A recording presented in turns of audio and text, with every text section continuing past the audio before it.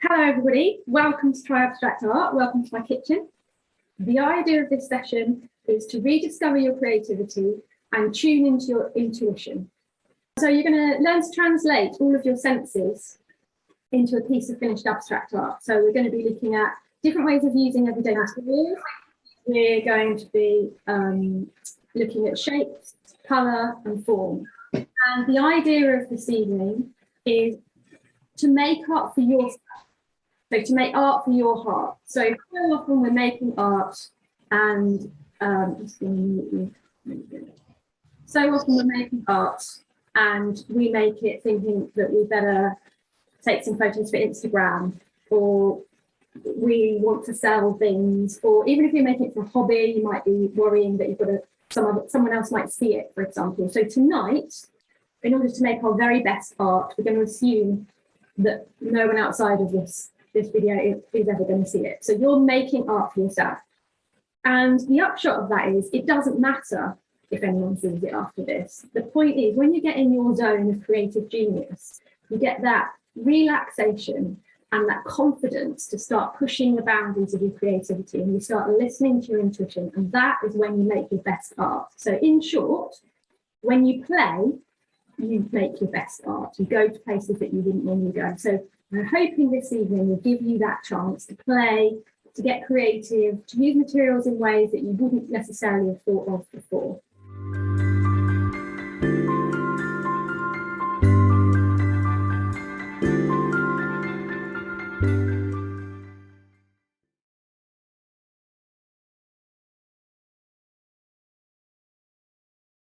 So let's do a quick introduction. For those of you who don't know me, I'm Nicki and I'm an abstract artist and illustrator. I'm also a teacher and a creative healing and wellness coach. So I've combined my creative healing coaching and my art together to bring you these art sessions to help you play and reconnect with your creativity.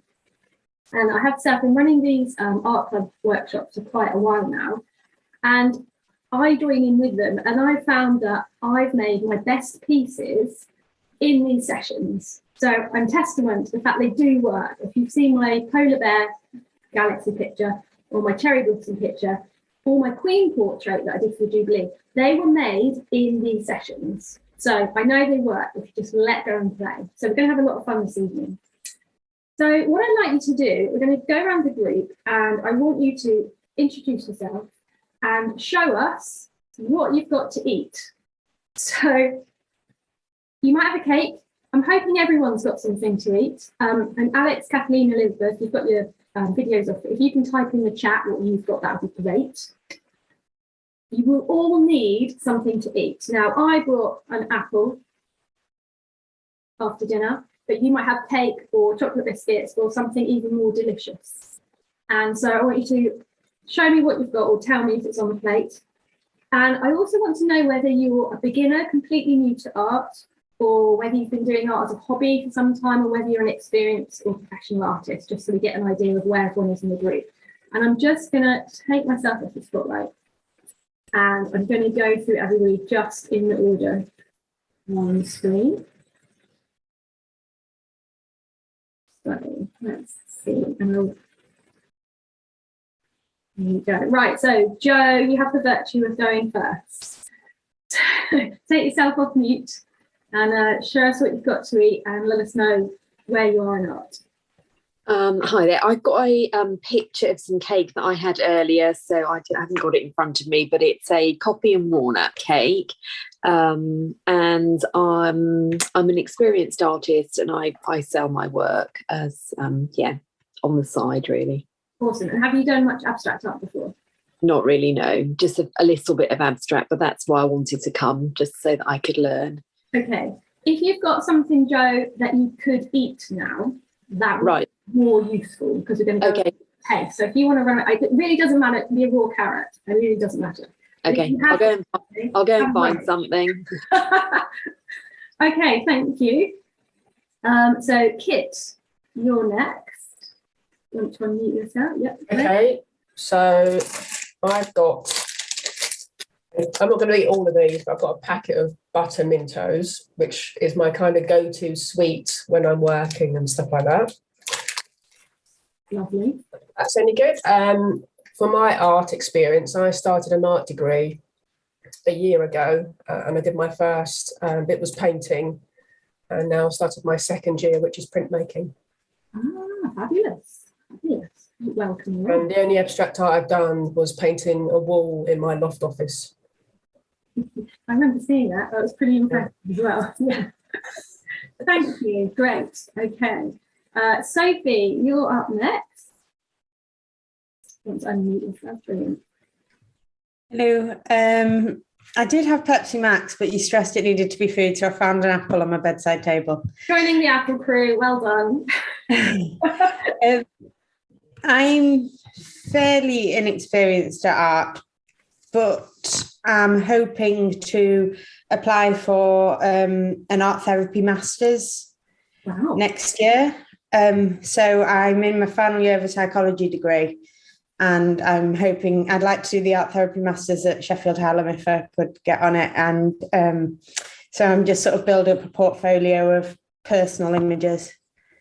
Brilliant. Oh, this will be quite interesting for you this evening with the different ways you're going to use the senses in play. So fabulous. Yeah. Thank you, Sophie. So next on my screen is Anthony and Anne, is it? Did I get that right? Is it Anthony and Anne? Yeah, we're both complete beginners and we've both got an apple. More Apple crew, awesome. And if you don't mind, I'm just going to change your name so I make sure I remember who you both are. We haven't painted since we were about 13 years old, so, and we're a bit older than that now. That's even better because beginners don't have any inhibitions because they don't have all. Complete inhibition, I'd say. Anne, can you spell your name with an E or without? Without. Your own business. Okay, great. So next we have Leslie and Joshua.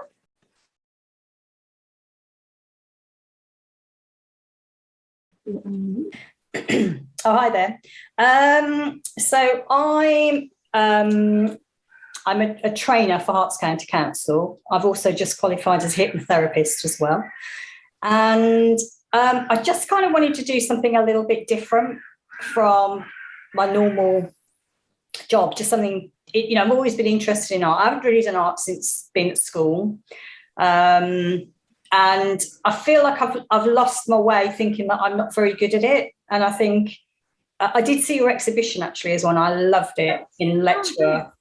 Loved it. And I think that was quite an inspiration, to be honest. And when I saw that you were offering this, I just thought I'd come along and just see, what happens really. So for me, I'm not planning, it's not a business or anything like that for me, but just something, sometimes I think, as you mentioned, well-being as well, it's just having something different to do for an outlet as well, really. So that's one here. And I've got a ring donut from Greg's. Awesome. In Letchworth. Great.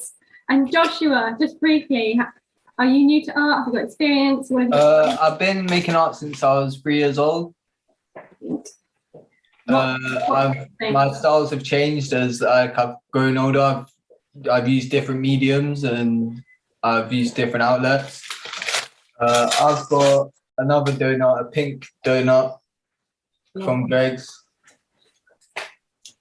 Other bakers are available, yeah.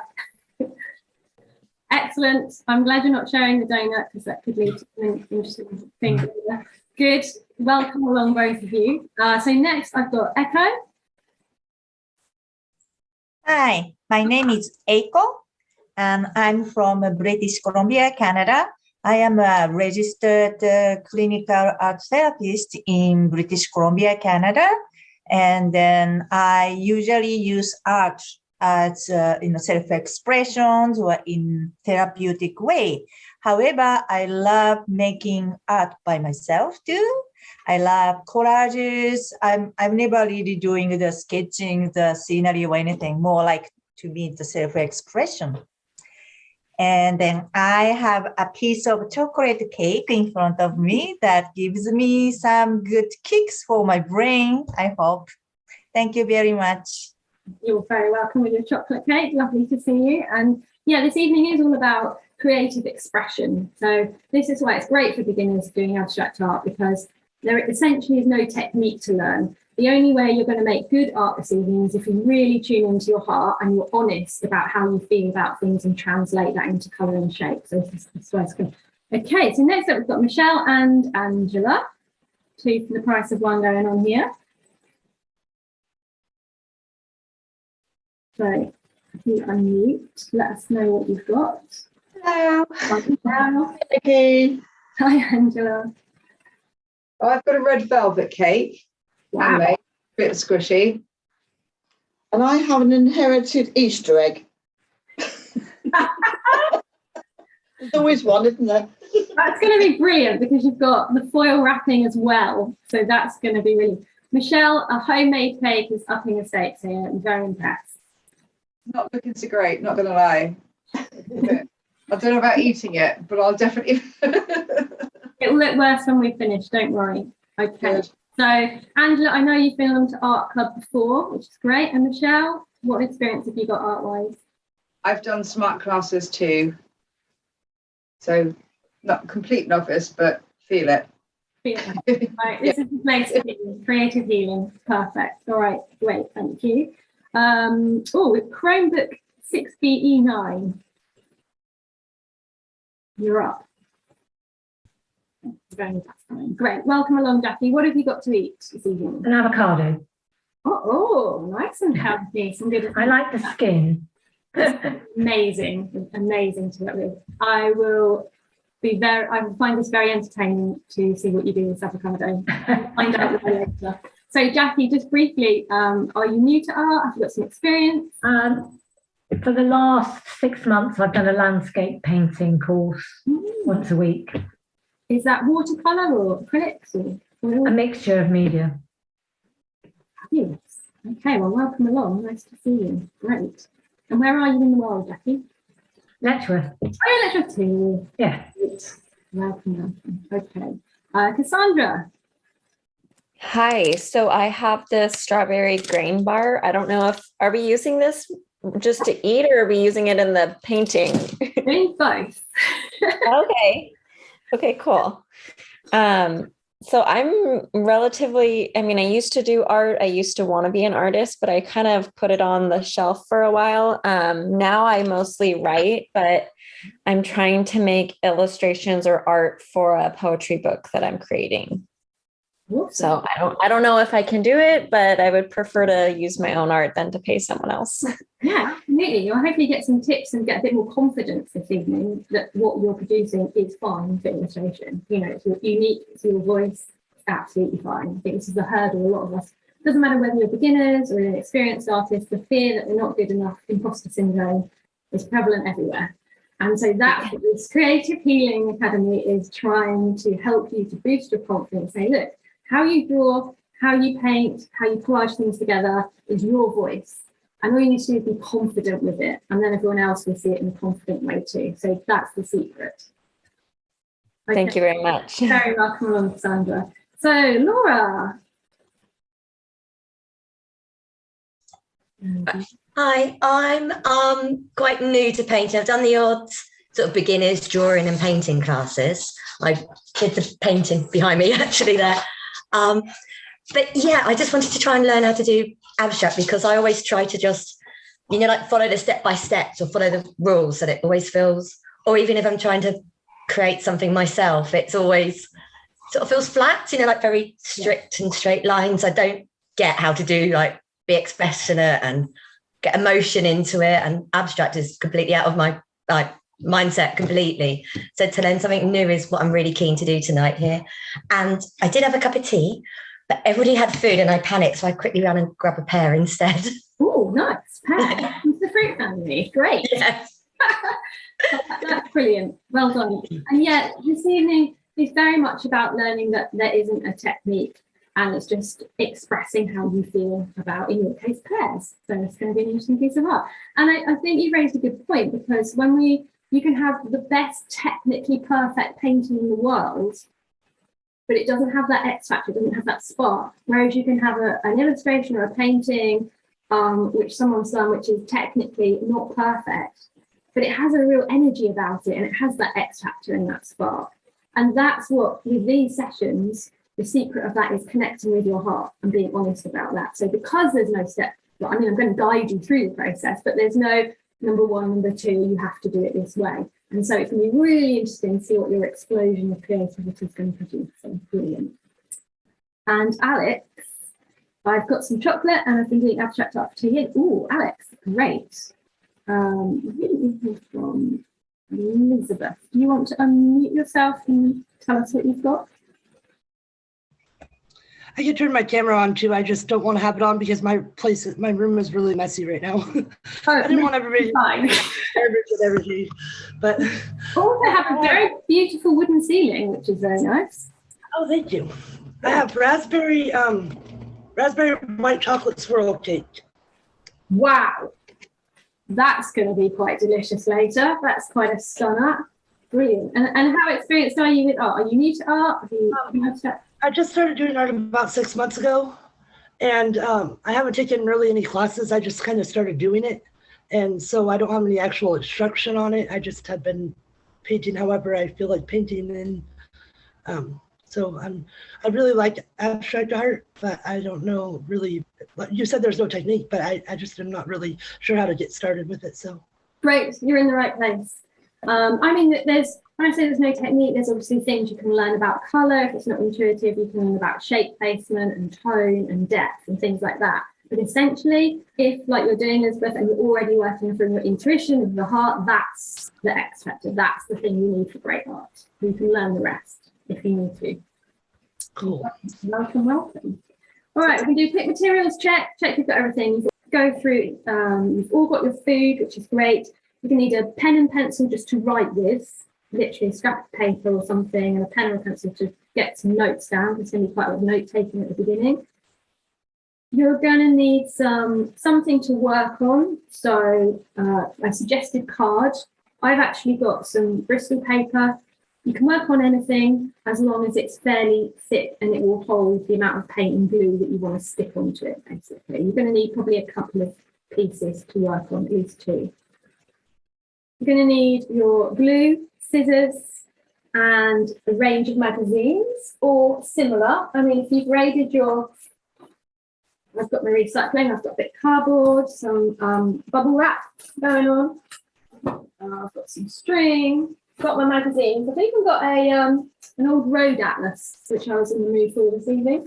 And then I also came across these rather fabulous stickers in my drawer. Obviously, everyone has monster stickers in their drawer. So I might incorporate a few of those this evening. Bits of sparkle paper, egg boxes. If you're running around the house now gathering things, I can see a few people have disappeared off their screen frantically gathering. Anything.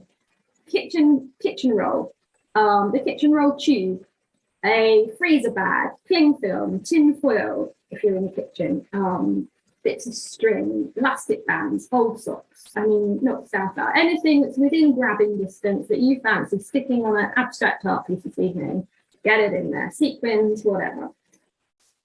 You're also going to need some kind of paint, or if you haven't got paint and you came on this evening, an equivalent, so something to add colour. Now, if you haven't got any paint or any colour at all, that's fine. You can do the whole thing in collage. So you'll just be tearing up bits of colour out of magazines, or even if you haven't got magazines, you might have leaflets that have come through the door, pizza restaurants, whatever. They're great for doing this with as well. So anything you can lay your hands on, carry a bag, whatever. Brilliant. So I'll just wait for everyone to reappear. I think we've got everyone back. Yeah, there's some frantic gathering going on there. Okay, so we're going to start with either your magazines or your leaflets. And I just want you to grab one of them. I know, I've got the Radio Times from Christmas. Not holding at all, you understand. It's all in the name of art. So I just want you to flick through your leaflets or your magazines, something that's got a bit of colour in it. And I want you to tear, not cut. I want you to tear out in the next 4 minutes, tear out as many pages as you like that speak to you. So you might like the picture, you might like the photo, you might like the colour. You might think it's got a very funny character. Really doesn't matter.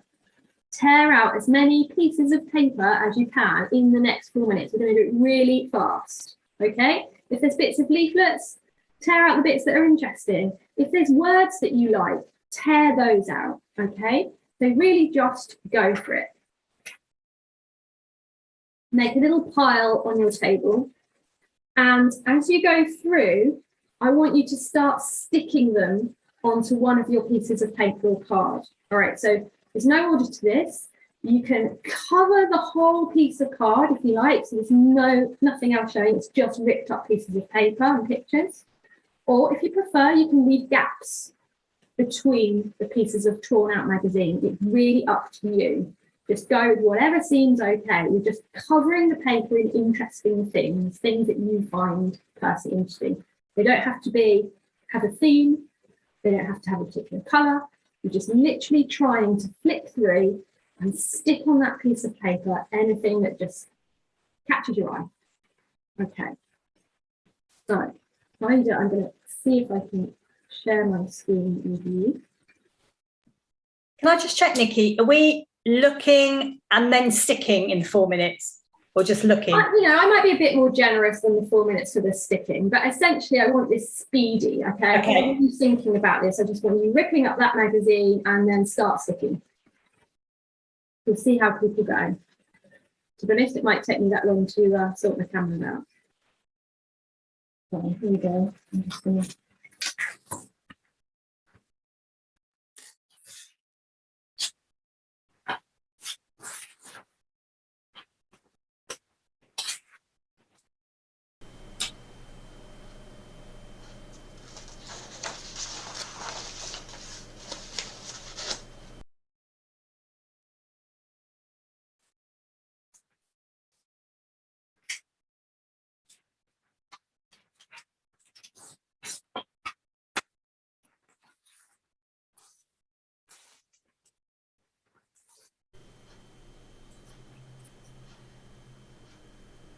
As you do this, don't get sidetracked reading the articles. Just don't think about it. Just literally go through the leaflets or the pieces of paper that you've got, your magazines, and just rip out anything that just catches your eye. And don't even think about why it's catching your eye. It might be colours, it might be particular words, figures.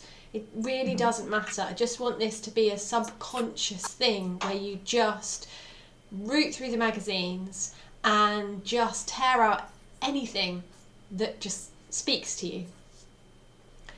So don't use any scissors. We're just tearing things because it's just being that spontaneity, just tapping into that creative part of you. And don't worry about the bits on the floor, we'll clean all those up later.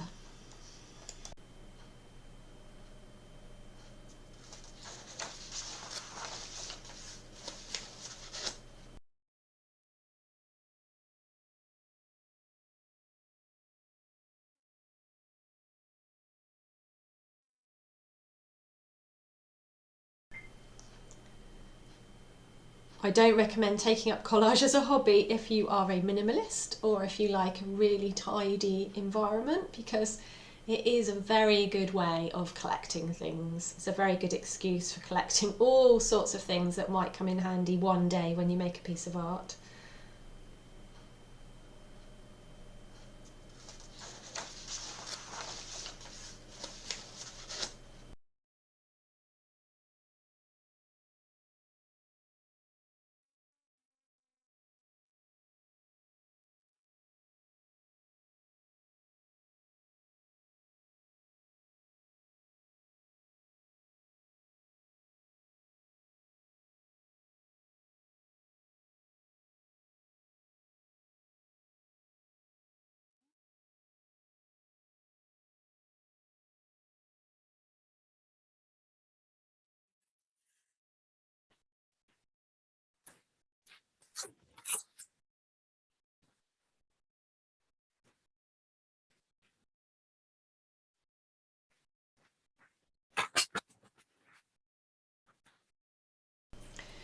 I'm literally just gathering all my scraps first, and then when I've filled the page, I'll rearrange them all and glue them down.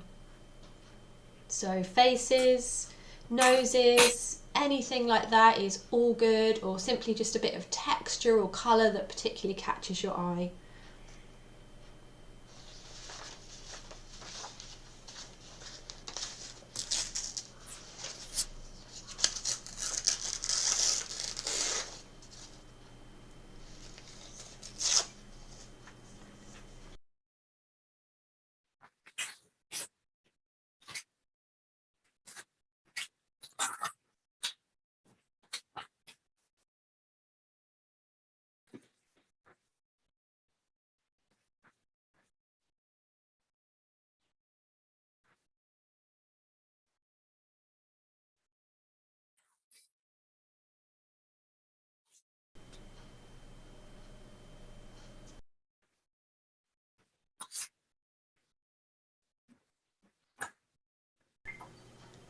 So I'm just gathering all the last scraps that I've torn out and gathering them together, and then we'll be ready to spread them out on the page and get gluing.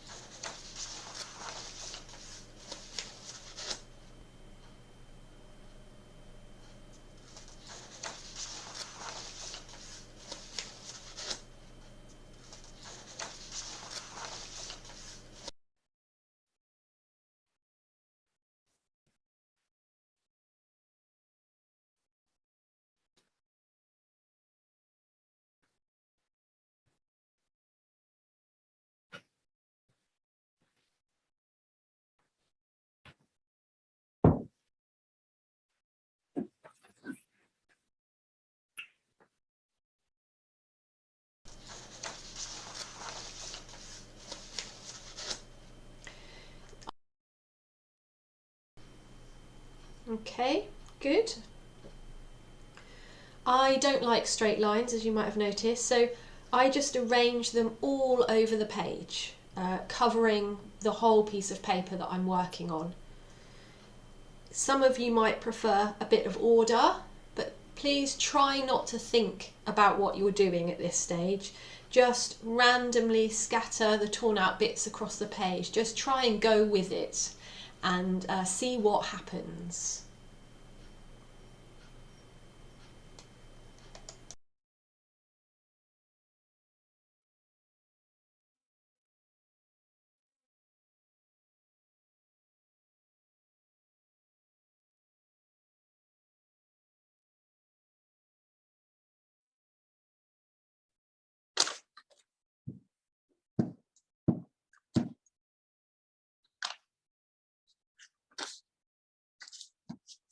Now, see, as you put things down, it might sound really weird, but just see which way round you want to put it. You know, and just listen to how it feels. So, for example, which side of the paper do you want to put glue on? So I want to put glue on this side. Where does it feel good? The end of here. There. And do I want to turn it round? Does it feel better if I turn it round a different way? If you're just tuning into how things feel, you might start to notice that things want to be put on the paper in a particular way. I think that's the best way to describe it. So it's just giving them that opportunity to speak to you, to tell you where they want to be put.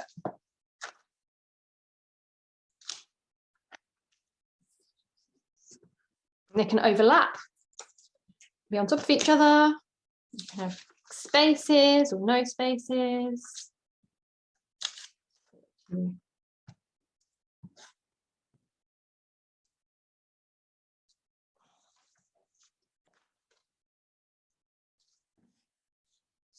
you can even, if they overlap the edge of the paper, that's fine too. You can always trim this off later.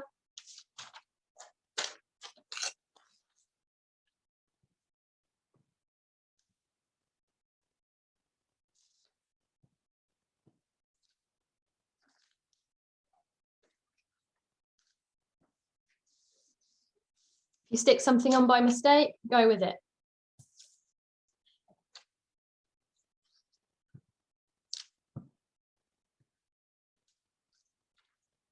A lot of the greatest art comes from happy accidents.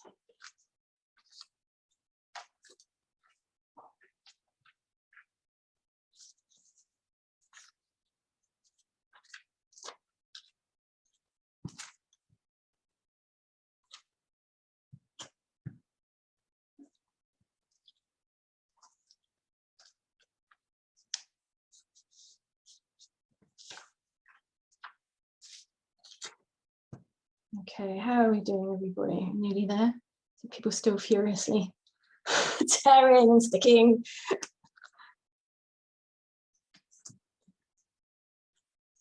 Because it depends how big your piece of paper is as well. So how long this is going to take. If you had a nice orderly small piece of A4, it's not going to take as long. So it's okay to have gaps.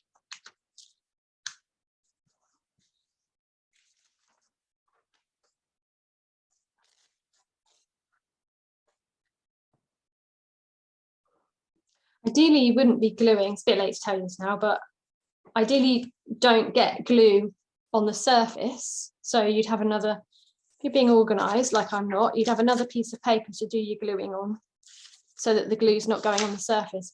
Just simply because it makes it easier to paint if you're not trying to paint over dried glue. That said, if you've got acrylic paints this evening, no problem at all. They'll just pretty much go over everything.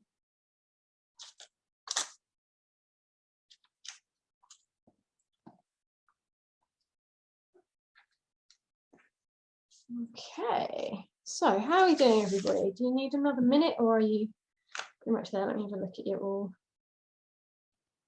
There's still a lot of activity going on. Okay, 2 more minutes.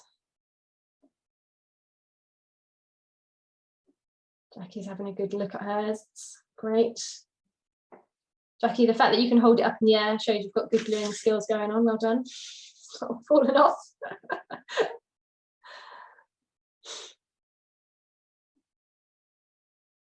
So one of the good things about doing this is not only that you're starting to listen to how paper wants to be put on the page, you're starting to tune into your feelings and your intuition, but also it's a lot easier to make art if you're not starting with a blank page. So this is serving 2 purposes here. And the fact that we've just got all this random colour on the page means it's not really that sort of, it's not speaking to you and demanding perfection on a perfect white page. You've got all sorts of ripped up, rubbishy stuff going on, and it'll make it a lot easier to not worry about perfection. Okay, so last couple of bits, you can always keep going on this a bit later, but if you've got a massive space that needs filling, just slap something really huge on it. Get your last few bits down. I was going to say, when you were saying about perfection, I made a t-shirt today that said perfect is the enemy of good. Aha. I had a lovely quote recently, because we are all prone to looking for perfection and trying to get it just right so no one can say when you show it to them. There's a lovely quote that someone gave to me: potent, not perfect. So you will never achieve perfection, but if it's potent, if it's communicating what you want to communicate, go for it. It's done. Move on. You're always going to be able to do something differently next time. But if you've got to that point and you can accept that, okay, it's done, it's potent, it's not perhaps as perfect as it could be, but I've learned something and next time I'll do this differently, then to all intents and purposes, that is a completed piece. Some people want to come back to things later, but particularly with art, it's going with how you feel at the time. But yeah, sometimes we can procrastinate a lot as artists, especially if you're trying to put things into the public eye with an audience. You just get the fear of making it visible, because this stuff, if you're writing or you're painting or drawing, this stuff comes from your heart. So to put it out there and give people the opportunity to say, I don't like it, or I don't think it's very good. It feels very personal. It feels very vulnerable. It's a bit like standing out in the street naked when you show people your art. So we can get a bit caught up in procrastinating through it must be better, it must be perfect. And so it's a really good point, Leslie, just to say that at some point you've got to stop and acknowledge, next time I'll just do this, but this piece, that's okay. Yeah. All right. I'm going to stop sharing my screen. We're back. Okay, so here we go. So what I want you to do now is, oh, I found another piece where to stick down. Hang on.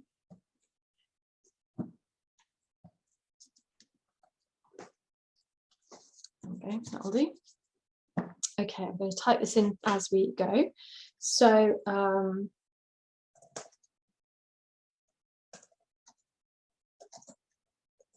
going to need your pen and your paper now.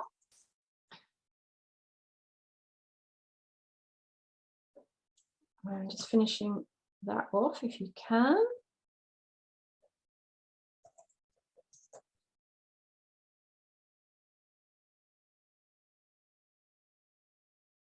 I'm going to start asking you some questions.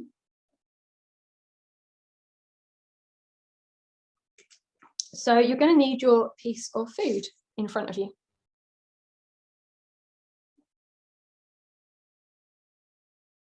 So let me just type this.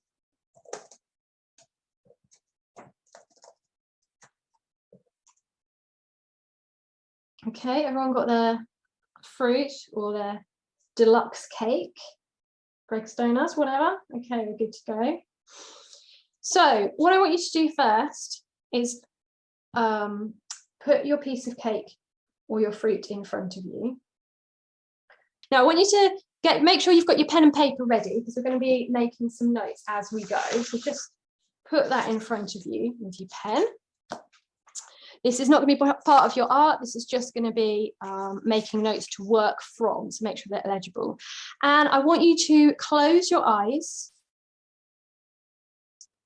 Make sure your food's in front of you so you can see it. Close your eyes. And when you open your eyes, not yet, but when you open your eyes, I want you to notice the first thing that strikes you about the food in front of you and jot that down. Might be a couple of words. So close your eyes and open them. Notice the first thing you see about the thing in front of you and jot that down. Might be one word. I've got round. That was the first thing that struck me about my apple. Okay, now we're going to leave some space under that word because we're going to add to it in a bit. And we're going to do the next word. So now I want you to pick up your food and smell it and write down how it smells. Think of some words of how it smells. So just leave some room in between the first thing you wrote and this thing. It's quite hard to describe a smell, isn't it? Without, I'm smelling an apple, it's hard to describe it without saying appley. I'm going with sharp. I'm going to put flowers down as well.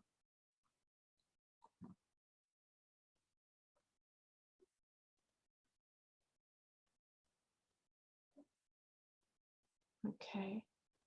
So the next one is how it feels. So close your eyes if you need to. This is purely how it feels.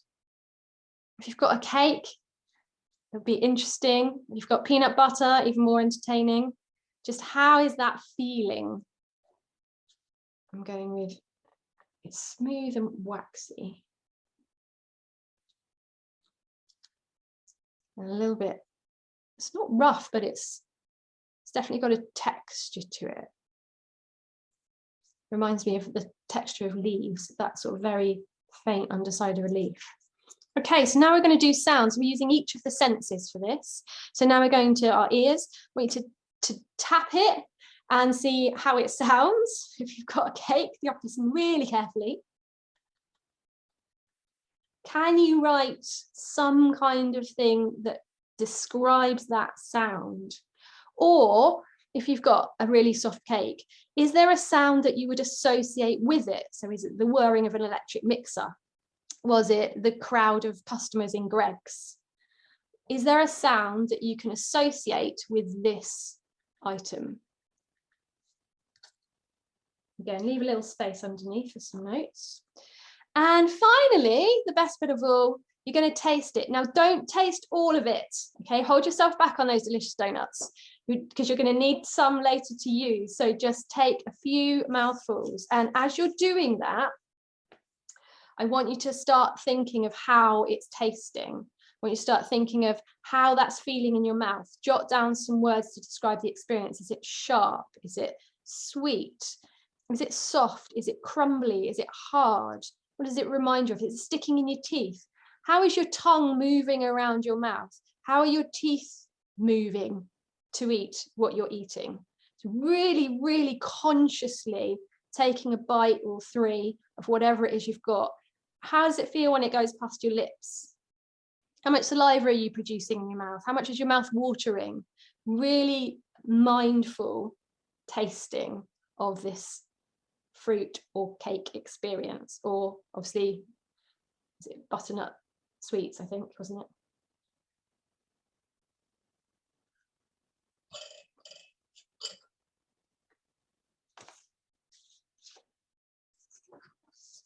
Okay, just going to have a little bit of mine.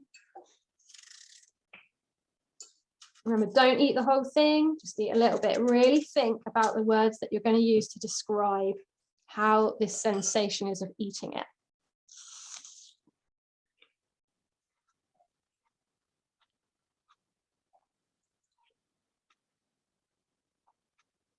Might be a few words that you jot down.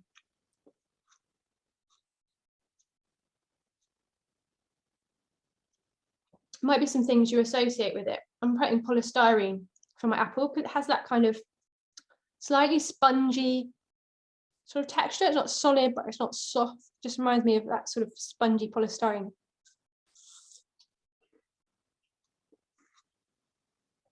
I'm kind of oozing a little bit of juice.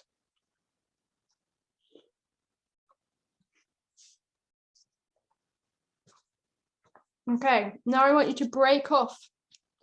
You're going to need your second piece of paper. So not the one that you've just chucked all your magazine pictures on. I'll copy and paste that for you. Do they have to be the same size? Papers, no, this one, the piece of paper that you put all the magazine bits on is probably going to be your final piece. So put that to one side. Okay. Just going to explore what happens. So you could just use an ordinary piece of paper for this. If, you know, don't use anything expensive. Okay. So I want you to break off a little bit of your chosen fruit, vegetable, whatever, and you're going to need some paint, any color that you grab. And if you've got a little surface, if you haven't got a surface to put it on, a bit of card, I've got a paper plate here, you can put it in the corner of your paper. I'm just squidging a little bit on there. And what I want you to do is dip part of your cake or your fruit into it. Okay, it's going to be easier for some people than others. And you're just going to start dabbing it on the page to see what shapes it's making. I'll share my screen so you can see mine. Okay, so that's my notes there. I'm going to dab. So first of all, we're dabbing. All right, so dip it in and dab. And there's going to be different sides. So I've used the edge of my apple. I'm going to use the long edge. And I'm also going to use this cut edge. And I'm also going to use this. So you're going to get pretty messy. Okay, dabbing. So all my dabbing ones are up here. I'm just seeing what marks this makes. What happens if I do it that way? Okay, what happens if I use the flat surface to dab? So we're basically doing a bit of monoprinting. We're just playing. What does it do? Okay. And the big side of it, the smooth side, just dabbing. What kind of shapes are coming out? What happens when you rock it? Okay. Now we're going to move on from dabbing, and you're going to roll it, if you can. It's going to be difficult for some of you with sponge cakes, but there might be some icing you could roll. Or if you've got your Easter egg, it might be the tin foil. Roll it. What happens? It's getting this beautiful sort of printed effect. Okay. And now we are going to drag it across the paper. Now you've got different edges. So I'm going to use my long edge first. I'm going to drag it. Okay. Now I'm going to use the thin edge and I'm going to drag it sideways and see what happens. And now I'm going to use the rounded edge and I'm going to drag that. Might need some more paint. And I'm going to print. And anything now that comes into your mind, different ways to use it. You might, if you've got a cake, you might smear it across the page. Okay, see what happens when you smear it without paint. Does the cake have a colour of its own? If you've got sweets with a wrapper, what happens when you dip the wrapper in the paint? What happens when you screw up the wrapper? What happens when you lay the wrapper flat and press the paint through it to smooth the paint down? We're really investigating the whole thing. If you've got a piece of fruit and you're done with eating it, cut it in half. What does it look like when you cut it in half? What happens if you print with the seeds? What happens if you print with the bottom? What happens if you print with the top? Okay, so we're really exploring all the different facets of the thing that you've got. Okay, and this is really just experimenting. And you can do it on lots of pieces of paper or just on the same one.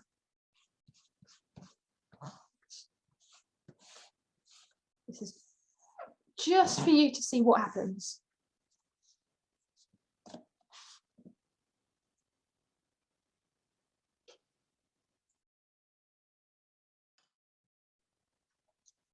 Great. Okay.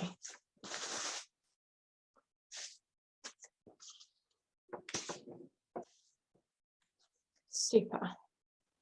So I think it's really interesting to see what's going on. Close that. All right, so abstract art is not about techniques, we've already discussed that. It's about expressing the way you see the world. If you do this from your heart, using how you feel, you cannot go wrong this evening, all right? So if it's in your heart, express it and do it because you love doing it, because it gives you that sense of freedom, of joy, just slapping paint on a page, okay? So you're just doing it because it just feels good. That's the only aim of our art this evening, is to have a bit of fun, see what happens. So put that to one side. Now you've explored the physical aspects of what you've got, and get your words back again and your pen. And hopefully you've left a little space in between where you can write next to it. So what we're going to do now is we're going to go through each of these words and we're going to add some more descriptive words underneath it. So to each of your 5 words, your 5 senses, I want you to go through the list and I want you to add a colour or an adjective to each of those. So we're just looking at the words. So the first word I've got for my apple is round. So I want you to think, if I think of the word round, what colour or what descriptive word would I associate with round? Does that make sense?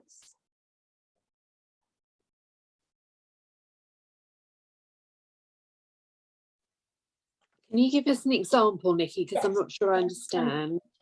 Okay, so for example, if you put tangy down, That might make you think of zigzags. So we're kind of thinking, how would this word look if you portrayed it in a shape or a line or a movement? Okay. Does that make sense? So I've got round. So obviously, and if you can't think of the word to describe it, draw it, do a doodle. So if you want to write round and you literally want to do some spirals or some curves or some semicircles, do that. If you've got another word, it might make you think of how the line moves quickly or softly, or it might just make you think of a colour. So the first thing that comes into your head when you see your first word, what kind of line or shape would you associate with that first word? I'm going to put semicircles for mine. So I've got round and I've got semicircles. Okay, so moving on to the next one. My next word was sharp and flowers. This was the smell word. So if I look at sharp and flowers, is there a way that I would think looks like sharp or flowers? So would it be a zigzag? Would it be a pyramid? Would it be a triangle? Would it be a pin shape? What do I associate with sharp and with flowers? What kind of curvy, wavy, straight, checked lines? What comes to mind? Is there a colour that just pings into your head, for example? So I'm going to put, for my sharp, I'm going to put arrows and circles again for the flower, I think, and stem. The next one was how it felt. So I've got smooth, waxy, and leaves. Now, when I think of smooth, it's a tough one. What words would I use to describe the shape or the feel of smooth? I'm going to have to draw this, I think, because I don't have the words to say what I associate with smooth. So I'm going to do wavy lines. So this is what I'm going with smooth, my wavy lines here. Okay. Waxy, it's kind of a leaf shape to me, waxy. Next, we've got how it sounded. So if you've got the word for the sound, can you think how that would look if you had to draw it, or if you had to describe the sound to someone? How would you represent it in colour or in movement? If someone was dancing the sound, how would they dance? How would they move their body?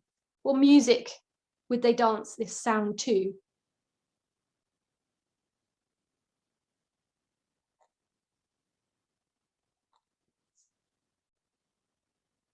So I had hollow for my apple. So I've got tapping and a hole, like I can't really describe any other, like a black hole, which made me think of Angela's Easter egg, the inside, the hollow bit. So I've put Easter egg down as well.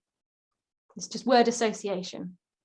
So lastly, we had the taste and the texture and the movement of your tongue around your mouth and the saliva and the teeth and just where it went in your mouth. So associate.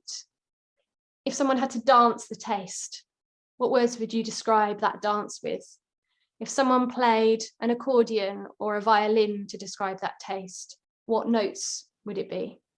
What colours would it be if you just had any colour? What shape would it be if you had to describe that word as a shape or a moving shape?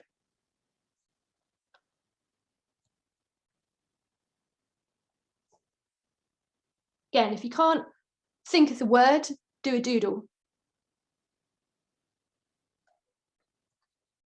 So for me, I've got, my taste was juicy, sharp, and polystyrene.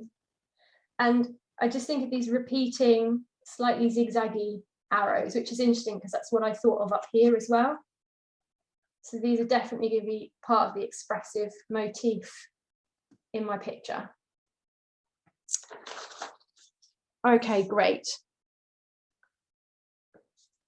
The last thing I want to do on your notes before we go into the big piece is to add an overall feeling or emotion or memory that you associate with your food. So what emotion would you say? Is it scary? Is it cute? Is it soft? Is it gentle? Is it comedic? Did you have a complete nightmare with peanut butter and squidgy strawberry stuff? What happened? What is the emotion that you would choose for this food? happy, sad, depressing, obnoxious, scary.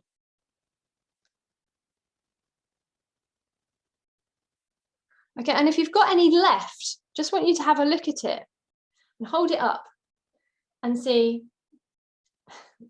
how does the light fall on it? Which side is lighter and which side is darker? And if you want to just do a little diagram just to show, so I'm just going to draw a circle and I'm going to show my light bits. Let me share my screen with you so you can see what I'm doing here. Again, I'm just doodling. So here's my apple. So I've got a really light spot here and here, but this side is lighter than this side. I don't know if you can see that on the camera. So I'm just doing, I've got a light bit here, I'm drawing an arrow, and a bit here is light. I'm gonna put an L in it so I know it's light. And there's a really dark bit here where the core is. So I'm just gonna do a scribble just to remind me where the darkest bit is. And this bit here is darker than this bit. So my light is coming from this side, from the main window, and it's falling on this side. So just want you to observe that. And what colours? Can you write down the 3 main colours of your piece? So mine's obviously red, green, and from here a dark brown. Because I'm going to ignore the white bit. That's not what I'm looking at now. I'm looking at the red, the green, and the dark brown stalk. So 3 colours.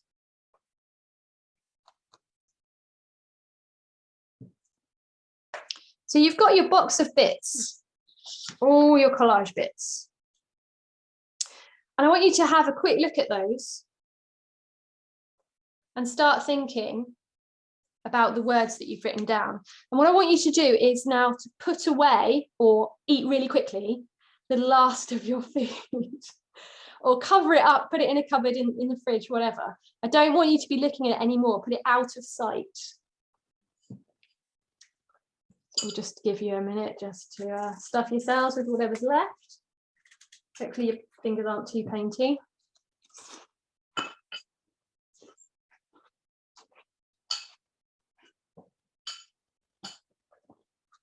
Stick it away so you can't see it. Put a cover over it. Stick it in the cupboard. I always feel eating while you do art is a good thing to do. Really that little bit of energy boost. I do find when I get really engrossed in painting, I will forget to eat sometimes. I don't know if anyone else has had that experience. So I think eating whilst painting could be the answer to this. Okay, so we're not going to work anymore from the actual real thing. We are going to work from the words and the notes and the doodles that we've taken down. And that in itself is a step towards abstraction, because we're working on our memories and our feelings, and we're using the notes to prompt what we can remember about how we felt about the thing. And if it reminded you of a specific memory or an incident or an advert or a story someone told you, that can go in this too.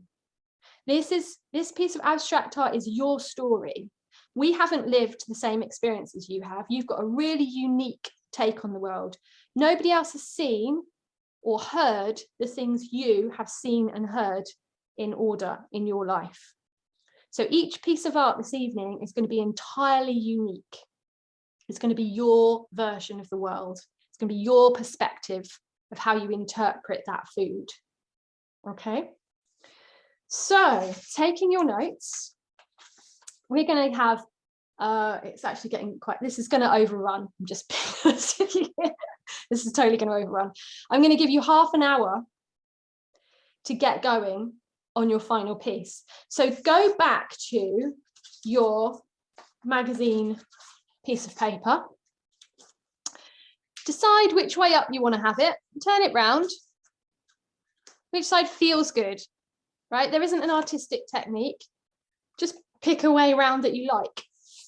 You don't have to know why you like it. Just pick one. Okay, I'm going to go with mine that way for no reason. Actually, there is probably a reason. It's probably because it's darker at the bottom and lighter at the top, which is what we traditionally associate as ground and sky. but that's getting a bit psychological. Just choose a way around that you like. You're going to have half an hour, so you're going to have to work really quickly. And the virtue of working quickly is that you don't start logicizing about things. You don't start overthinking it. You just slap things down because they feel right. Make sure you've got your words, because this is what you're working from. And I want you to represent all of these marks and all of these words on your paper, on your card. You can use any colours you want, but you have written down 3 colours. You can either start with those, or you can choose your favourite colours. So I would just choose 2 or 3 colours to start with, whatever medium you're using, paint, pens, collage cuts out bits of paper. Choose 3 colours and start looking at your notes and seeing how you can put this onto the paper. Does that make sense?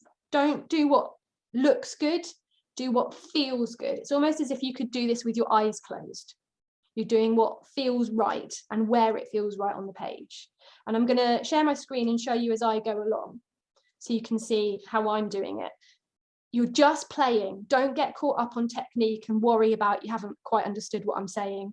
What I want you to do is slap some things on the paper. That's it. Choose your favorite colors, choose the colors of your food, use your words from your notes. You're not trying to make it look like the food. You're not looking at the food anymore. You're looking at your words, and you're putting these words to translate into paper and paint. Anyone got any questions? Feel free to unmute if you have. Which bit of paper are we using? The bit with the collage or yes, the bit with the collage? Okay. But interestingly, if you've got your bit that you were experimenting with and you want to tear this up or you want to cut it out and stick it on, do that. And although I said you can't look at your food, if you've got a bit left that you want to do some printing with and drag it on the surface, do it. If you've got cake crumbs left and you want to smear them across the page, do it. If you've got some icing that would look particularly good, do it. Oh, Leslie's eaten all her cake. Leslie, you're just going pure abstract now. It's because when I was using it, it was like falling apart on paper anyway. But then I ate it, yeah. You gave me the option. I did. Okay. Kit, are you okay? Have you you got somewhere to start? Okay. Is there anyone that's not sure where to start at least?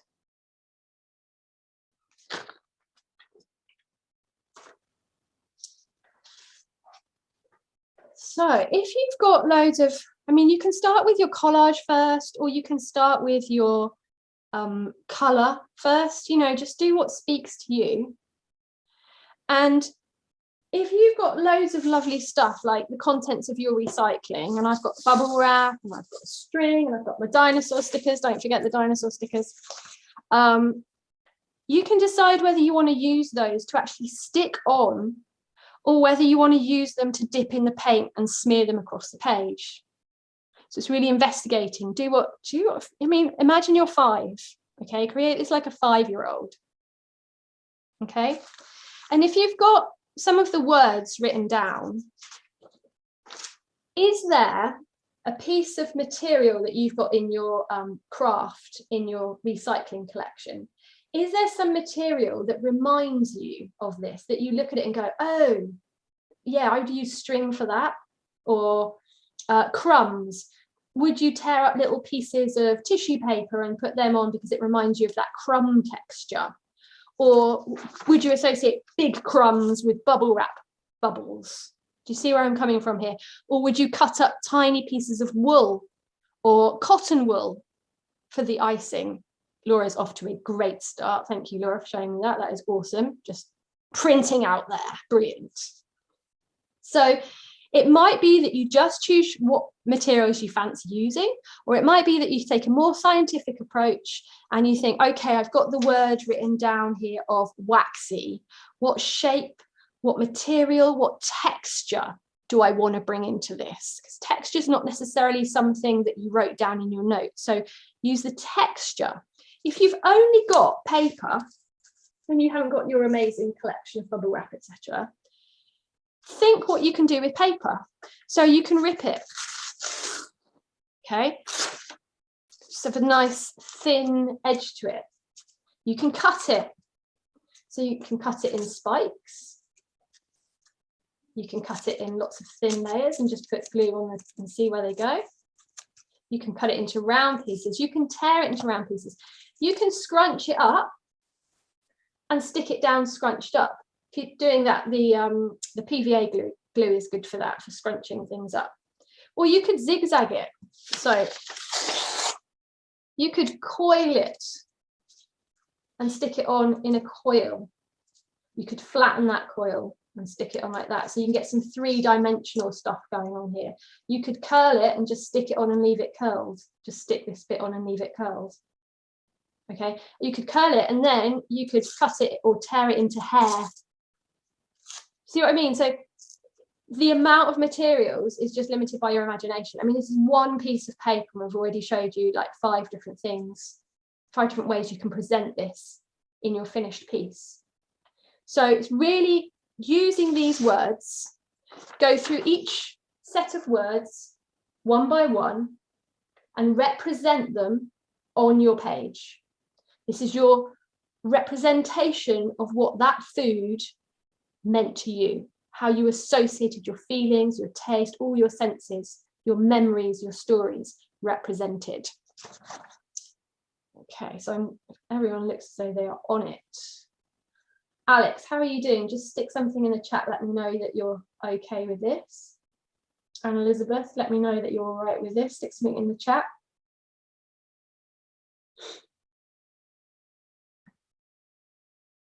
I'm okay. Great. Good, good.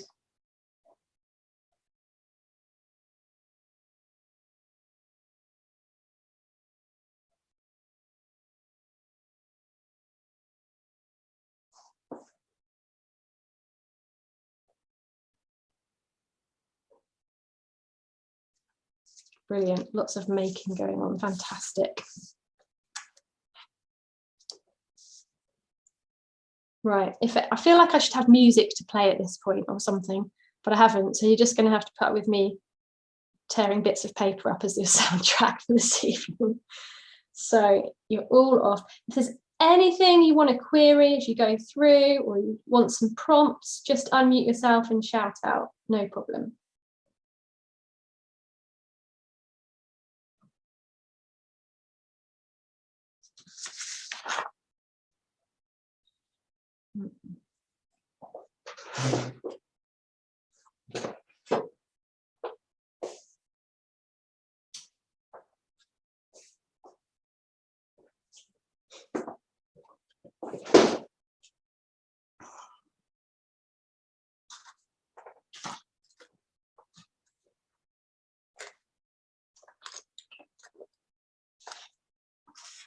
So if you're new to art, I highly recommend paper plates as a good palette because you can just throw them away afterwards. You don't have to spend ages cleaning up, and I'm all for lazy art.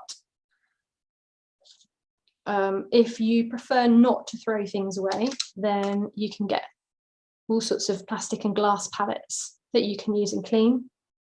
Or, I mean, it could be the lid of a pizza box. It really doesn't matter.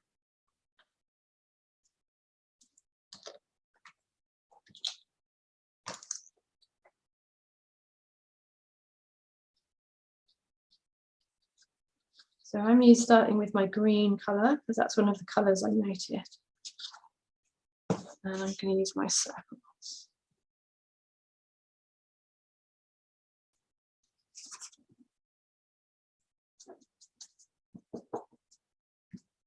Just go into your happy place. If you want to stick a load of different colours down, stick them down. No, don't think, just see what turns up. This is your happy accident hour.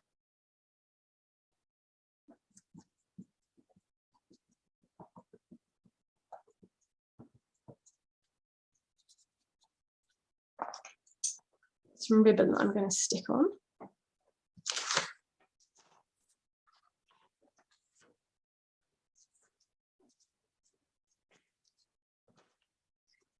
Remember, this doesn't have to be two-dimensional. You don't have to stick everything down flat. You can create height in your piece. You can have things jutting out. You don't have to be smooth. I'm going to stick this ribbon on circular. Hopefully it'll stick.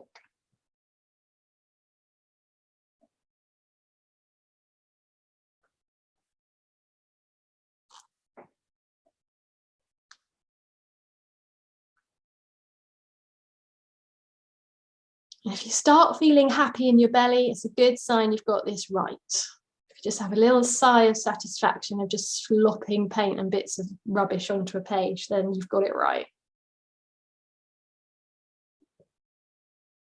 The downside of this approach is you're going to get fingers absolutely covered in glue and paint.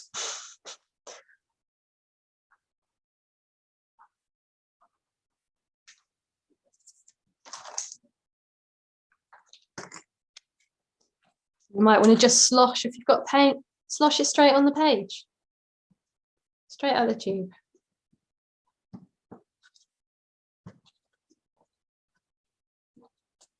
I'm using gouache paint today, not acrylic, which is the old version of sort of the poster paint, tempera, ready mix, if you've got some really cheap paints.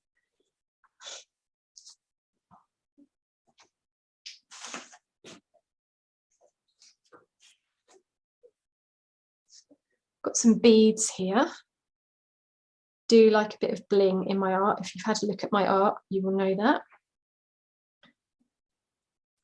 Oh, going everywhere. I had a customer lately who wanted to see some of my paintings, and after seeing a couple, he said, "Oh, actually, I really wanted some that don't have any gold or shimmer or glitter on them," which pretty much cut the selection down because I do like a bit of bling, so it made it a bit easier. I'm going to apply my glue with a scrap of paper as well because I've got the copy glue.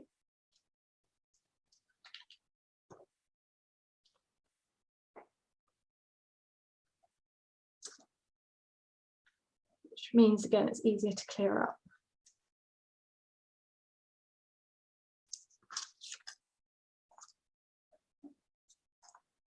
Somehow this leaf is like, this is the happy accident, okay? So just look, I don't know where this has come from, but this leaf has just appeared on my plate.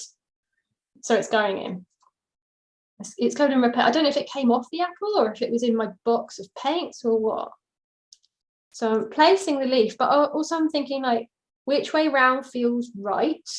So I'm turning it until I find the way that feels it wants to go on the page. It wants to go that way.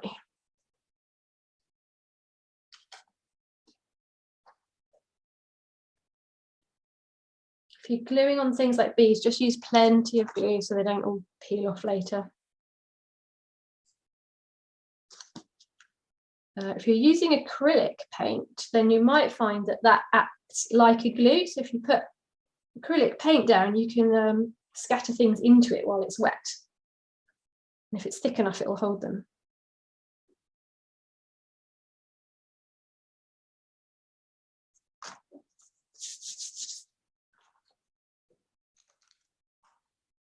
So referencing back to your words and keeping an eye on what you wrote and using that for inspiration. Equally, if you suddenly get on a roll and you're like, oh, I just want to cover it in red paint, do it. Don't worry about your words. Okay, but use your words for guidance if you're sort of still tentative, if you're still logicizing what should go where, go back to your words, stop thinking and start splatting.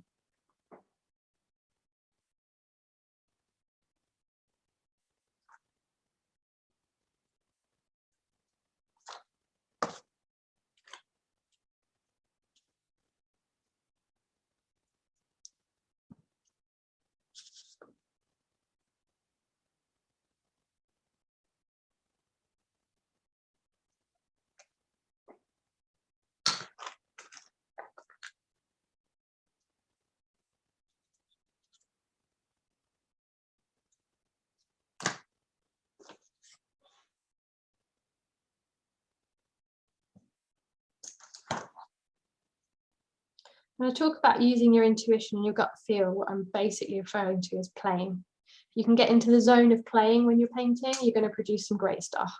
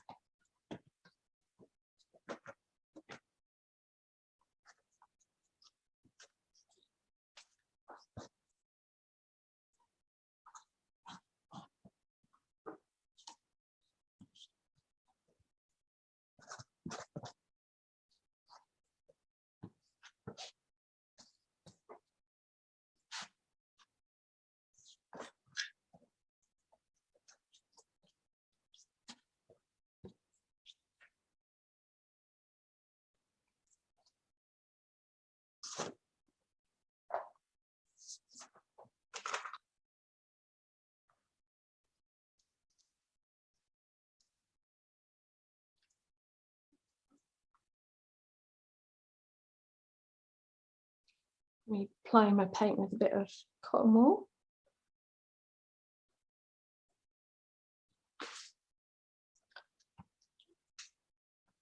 You can see the virtue here. If you've got some card rather than paper, you can get away with applying more wet stuff, more paint. So that's why I stipulated, you know, cardboard from your Rice Krispie box or whatever.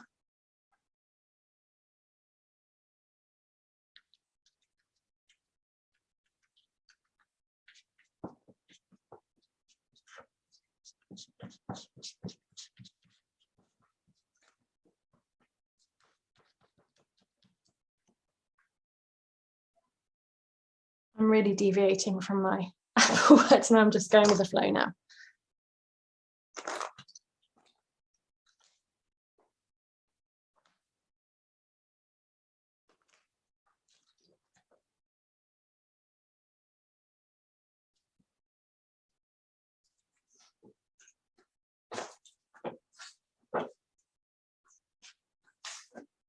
Completely forgot I'd brought a glove down to use instead of getting paint on my hands, but I was a bit late, as you can tell. Going with it anyway, because I'm going to do some finger painting. If you like finger painting, go for it. Wear a glove or just do it and wash your hands later. Explore it. It's such a wonderful feeling to paint with your skin and the paint and feel it. You can't get any closer to it than that. Smear it around the page. Dab with your fingers, roll your fingers around the page, just smooth it around the page. Really start being part of the painting.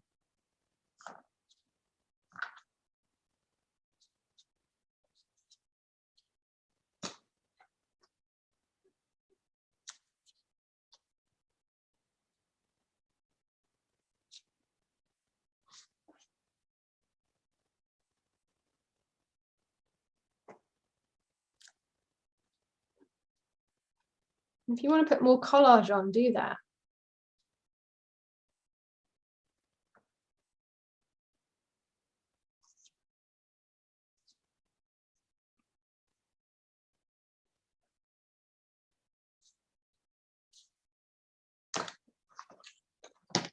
Now I'm going for a bit of gold. Can't resist. If I can get the lid off.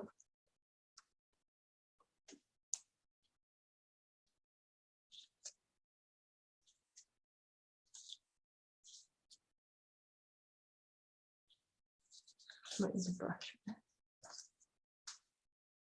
If you're new to art and you're using paintbrushes, don't leave them standing in the water, would be my tip. So if you've got a pot of water,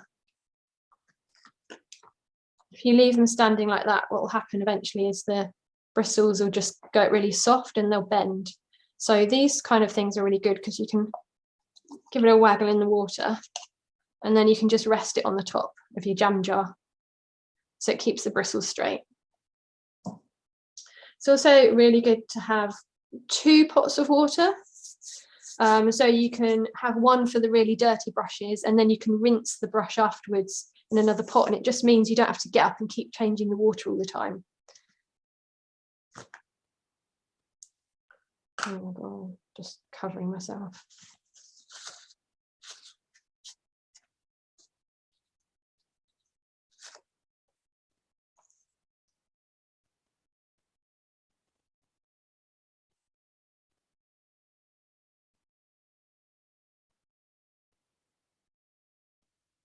So the other way to do this, if you're struggling to get in touch with your intuition, is to just channel the apple or the cake or whatever. So you just fix on that, on your food in your head. You see it in your head. You feel what it tasted like in your head. And then you just keep that there and you let your hands do what they want to do. And you're automatically creating that brain-hand association of translating that experience onto paper.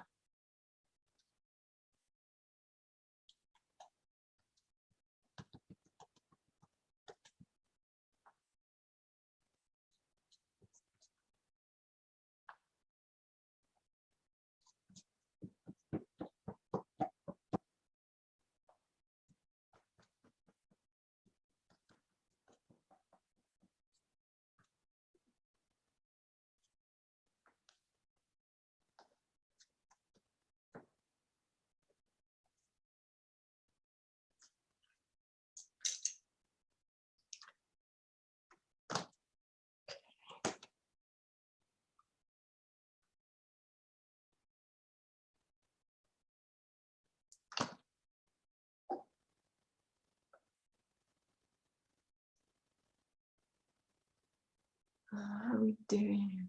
About another 5-10 minutes. Don't rush it. We don't have to see the finished piece tonight. Just keep working, and we'll have a pause in about 5-10 minutes, and we'll just catch up with where everyone's got to. So don't feel you need to rush. Just scroll through.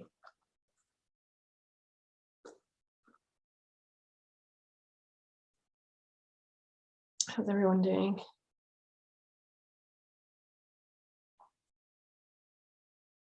Joshua, are you relaxing, or are you done, or are you starting another one? What's going on there? Just meditating moment. You want to show me what you've got? I'll show you what I've done so far. I don't want to overdo it. Okay, hang on, let me spotlight you so I can actually see what you're doing. Oh, nice. Okay, so you're feeling like that's it. I could do something like you do, but I think it won't be my own. Do what I do. If you want to have a go, have a go. You've got free license tonight. Yeah. That's exactly what I'm doing. I want you to push this further than you would normally push. Mm-hmm. So if you've got a camera, take a photo of it now. And then if you really mess it up, you can go back to your digital print. Uh-huh. And what that does psychologically, it gives you the license to really play and really mess it up, because it's when you push forward into that I'm going to mess it up stage that the really interesting stuff starts to happen. You start going, oh my God, I didn't realize that was going to happen. Oh, wow, look at that. That was weird. And you won't necessarily end up with a finished piece of art that you love, but you will be making the next stepping stone to your next great discovery. That's where we want to get you to. If you get to the point where you feel it's done, and you will get to that point, I'm getting to that with mine now, stop, start another one. I mean, you've literally got 5 minutes. Slap it, get going on another one. Do the fastest abstract painting you've ever done. Okay.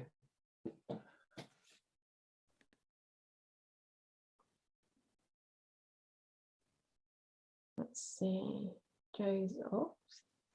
Anyone else want to share theirs with me so far? You don't have to, you can wait for another 5 minutes.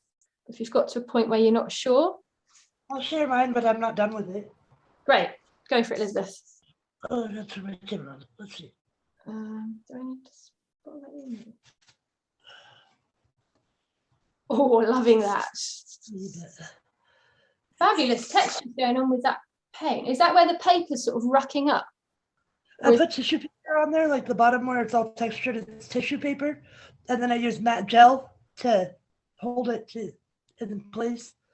Some of it's new. I also had some gesso that was going bad, so it was kind of bumpy. So I figured that would be good texture. Yep, love it. I like the now what. Love me not. That's an interesting piece. Okay, are you taking it further? Yeah. Okay, we'll check in with you in 5 minutes. Well done. Okay. Nice.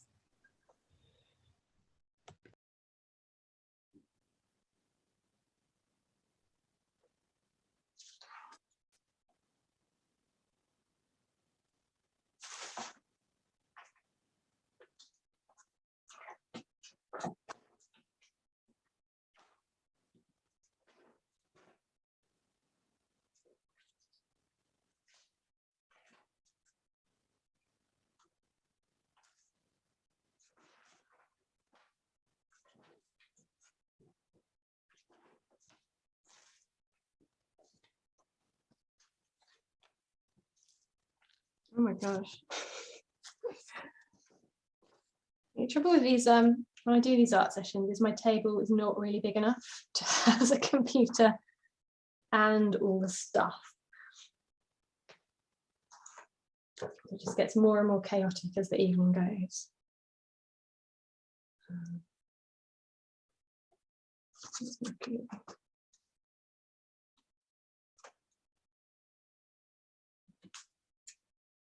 You've got string. A really nice thing to do is drag the string through the paint and then drag it across the paper.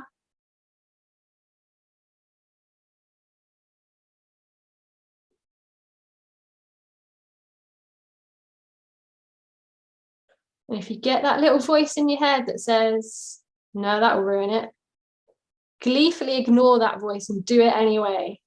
Put on your best 3-year-old tantrum face and go, just doing it. Don't care.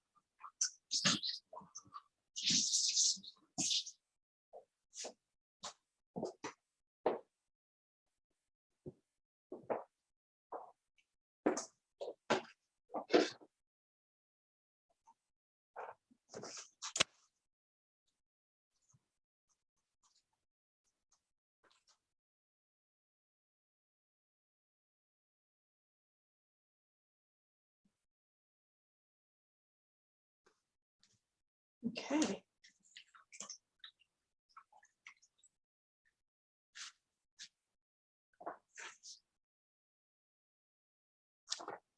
All right, so we're gonna catch up and see what everybody's done. Remember, you don't have to be finished. This can be a work in progress.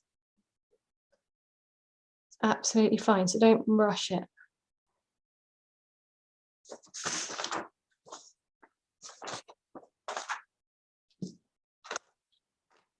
Come to the end of the bit that you're doing now.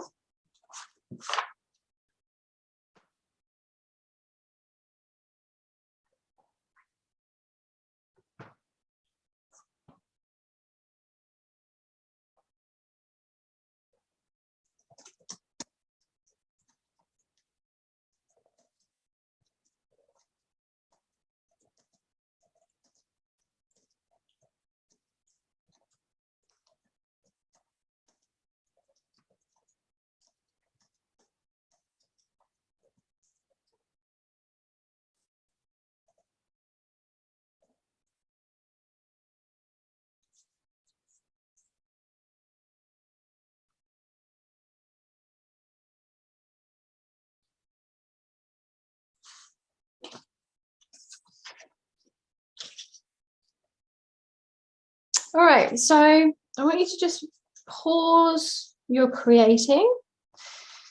And I want you to have a look at the piece in front of you now, and I want you to turn it round.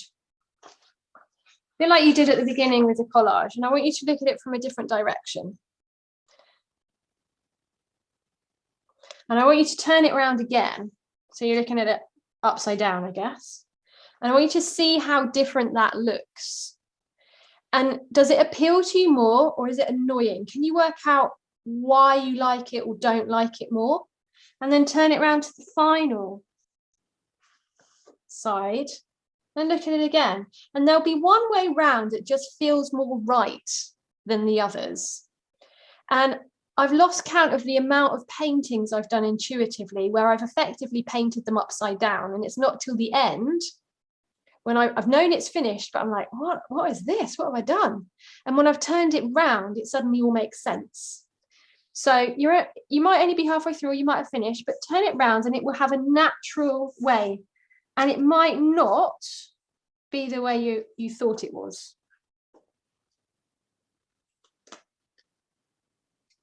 Or it might be.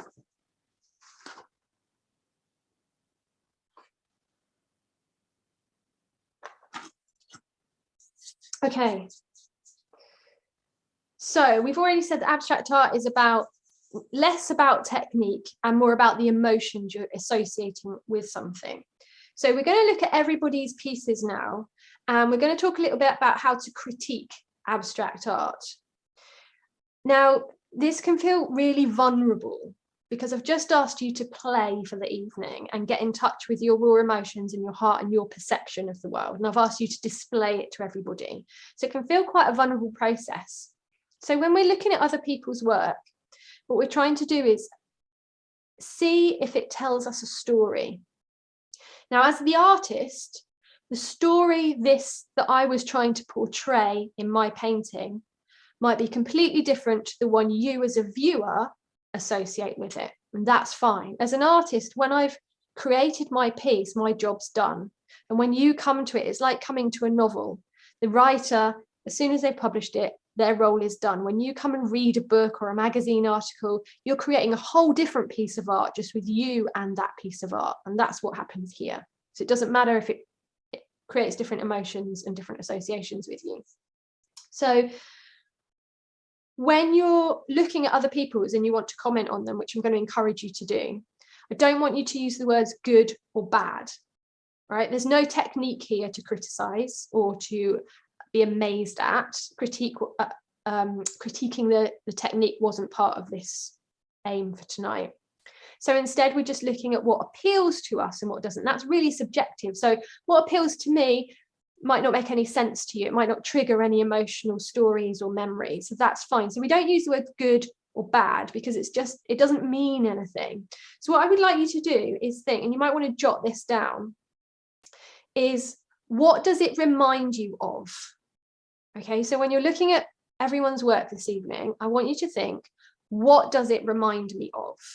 And that's the comments that I want to hear. If you like something or you don't like something, great, say it. If you don't like this or you do like that, that's okay, but you have to tell me why. And if someone doesn't like something, it doesn't mean it's bad because it's subjective. It might remind you of something awful, in which case it will not appeal to you. On the other hand, it might remind you of some amazing memory when you were little and things were fabulous. And that might be why you like it. So you see what we're doing?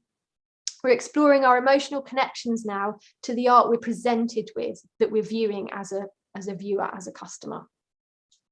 So when you're introducing your work to people, it's so subjective that some people won't get abstract art, and you need to give them a way into it, whether you're selling it, whether you're just showing it to friends, family, the dog, whoever.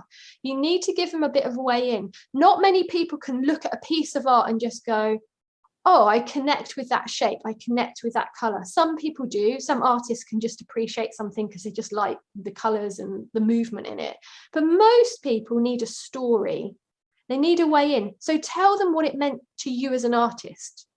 Pick something right now that you did tonight. It might be something you stuck on. It might be a technique you tried. And I want you, when you show us your piece, I want you to tell us one thing about it. Okay, so just have a look now. What are you going to tell us? Was there a favorite color? Did you try and come up with a way to portray the word soft? Did you just love glue? Did you just have a piece of string that you just really wanted to get on the paper? Anything. Tell us anything, but tell us one thing so that we can see where you're coming from with your art. Okay, let's get going. I'm going to show you mine first. So I'm going with it this way up. Now I've got the lights on, so this is accentuating all the reds in this, and there's actually quite a lot of green in it.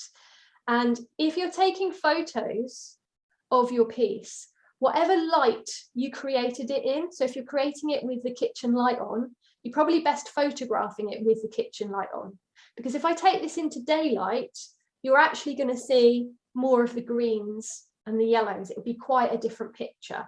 So for now, this is going to look quite different. I quite like it, actually. It's much more fiery than my apple was. So what am I going to tell you about it? I had great fun finger painting. I definitely used some gold. I think you can see it sort of glimmering down here. And I also did paint marks with my piece of apple, which I really enjoyed. The pieces I've stuck on, I've got a bit of ribbon, which I've scrunched, and a random piece of string, which you might not be able to see there. So, does anyone want to give me any comments about mine? Does it remind you of anything? Is there a bit you appreciate? I'll give you a close-up view. It reminds me of a garden. Oh, that's right. Okay, garden. Great. Thanks, Elizabeth. Anyone else? Or if not, we will move on. I think it looks quite explosive, like all that red has got quite a lot of energy. Yeah, thanks, Jo. I imagine what it might look like if you zoom really close into the skin of like a red and green apple. So that's what it really reminds me of. And I like when you see the weird things under a microscope. It reminds me of that. Oh, I love that. That's fab. Given that it reminds me of autumn. Okay, with because of the colours. Which is very apple as well, isn't it? It's very, and it does have a leaf on it. There is a random dried leaf, so extra autumnal authenticity. All right. Can I tell? The green you just dotted, make a line. That's like peeling the apple skin. Aha! This. Yeah. So it's really interesting that you're coming out with things associated with the apple that you may not have associated any of this with apple if you didn't know I'd done it about an apple, or if I'd started with the apple. I might not call this apple. I might call this fire, or I might call it explosion. It doesn't matter. I've taken it on a journey, but I started with my inspiration as an apple. It doesn't matter where it goes. And so you can see about, if I hadn't said it was an apple, you might have had a different response to it, which is equally good. But as an artist, it helps if I tell people where I started. Okay, we're just going to zoom around the group now, and I'm just going to go in the order you're on my screen, and I'll spotlight you. So I'm going to go with Leslie and Joshua first. There we go. So unmute yourselves, and who's going first? Hello. Okay, this is my second piece I did in 5 minutes.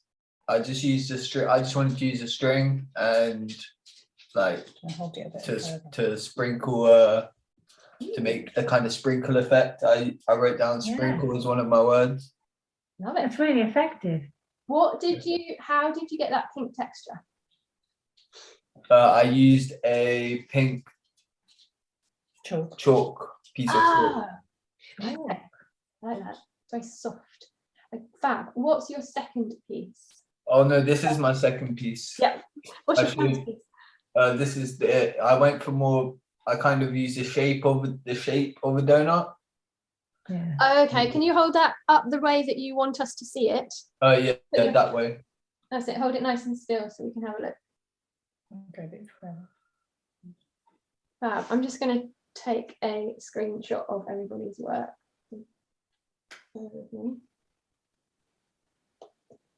Okay, thank you. Got it. Yeah, lovely. Tell us one thing about it, please. Joshua, give us a way in. Tell us something about your story for that piece. I kind of did. I know you told us not to paint something that what it looks like, but I kind of was visualizing like the shape and the texture of the donut. So I'd probably say it's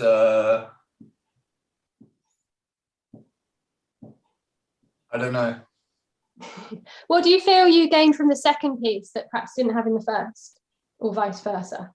I kind of went for something a bit more abstract. I kind of removed myself from the from like visualizing a donut, and then kind of I went on to like feeling like what a donut would feel like to paint. Yeah, I think the second one's successful in that way, in that you've really abstracted it.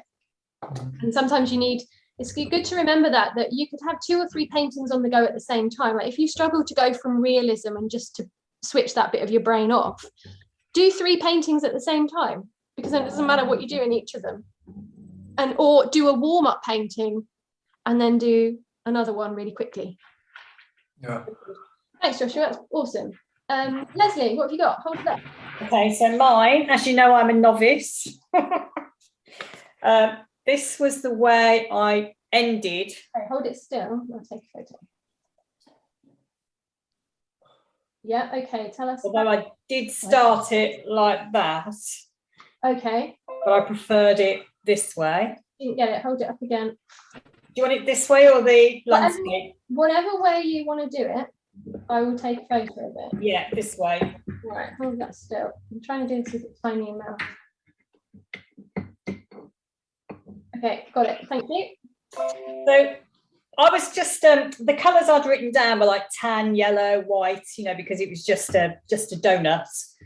And I'd also said black hole, because that's what I'd thought about, a hole So I found just a little bit of sponge. So sponge, put that on there. And then I accidentally dropped some yellow bits on the black sponge, but I thought we'll go with it. Yeah, great. And then I hadn't got any blue on it at this point, and I just found the colours really boring. And so I actually started just putting the blue on, because it just reminds me of days out with the family when I was little and on holiday, and the sky was blue, we were eating donuts, and it was fun. So then I was painting the blue bits on, and then I thought, oh, stuff this. And so I just put my fingers in it, and I just scraped all the blue around, and I felt so much happier just painting with my fingers and slopping the blue on. But I wasn't happy with the original colours. Well, it's great, and you've just taken it to place. Has anyone got anything that they would like to say about this piece? Keep holding it up. That it reminds them of, or that they have it, they do like, or they don't like, and you can tell us why. The yellow makes you feel like, sorry, water falling down. Water, yeah. Yeah. It makes you feel like it's a treasure map or something, seeing like the gold for the land and the blue for the sea. Yeah. It reminds me of underwater sponge and seaweed. All right. Great. It reminds me of a Clint painting. I'm with you on that. Very much. It's that yellow with the squid bits in. It's definitely that shape of the body, isn't it? Yeah. And the colours. Oh, well done. Great comments, everyone, as well. Thank you. Oh, brilliant.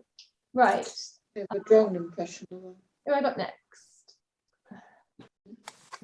Joe's next. Okay. Okay, so I found some pecans. So I actually did two pieces. So this is my first one. Which one? Sorry, Joe. Which one would you like me to take a photo of? One or two? I don't mind. I prefer the second one, actually. Right, okay, sorry. Tell us about it. So basically, I went with the colours of the pecans with a bit of white, and then I had quite good fun using my pecan to make the white splodges and do a bit of printing with that. And then as I had time, I then went on to this one. Oh, wow. Out of space. Yeah, what great energy that's got. Tell us something about this one, and I'll take it. Well, I did it this way round, and then when you were saying about turning it, I prefer it this way. Yeah. And the kind of ready bits were kind of like bits of my collage that I'd stuck on that were just showing through. Right, let me take a photo of that. Got it, thank you. Okay. Has anyone got any comments they'd like to make on this one? Yeah, can I ask, how did you make the marks of it? I love it, looks so sort of, reminds me of like flowing like the sea or waves, but like on a windy day. I used my paint quite thickly. I was painting with acrylics, and I used just an old kind of scrappy brush, and the more sort of blobby bits, so the sort of blobby bits were actually my pecan that I had dipped in paint and just sort of used to print with. Nice. It looks lovely. I really like it. Thank you. It looks waxy. It's like a thick wax feel. Uh-huh. Yeah. That's great, Joe. Thank you. Brilliant. Okay. Who have we got next? I love the fact that you actually printed with the pecans. That's great. Okay, so to remove your spotlight, Elizabeth, we're coming to you. We're going to. Oh, start your video. Kit's got to go. Kit, have you got 2 minutes to show it, Elizabeth? Can we just zoom to Kit before it goes? Okay, Kit, you're up. Okay. So mine's a bit weird, but I did. Well, you're going to have to hold it really still because you're disappearing into the trees. Or am I going to have to take the background off? I think take the background off. Right, okay. It's going to be really dark then.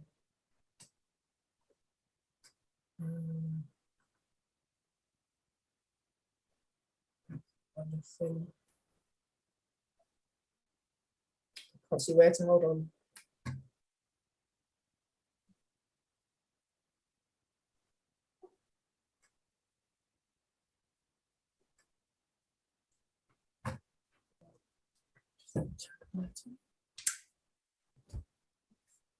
Great. Okay. Hold that one up the way you're like, oh, that's interesting. Tell us about that.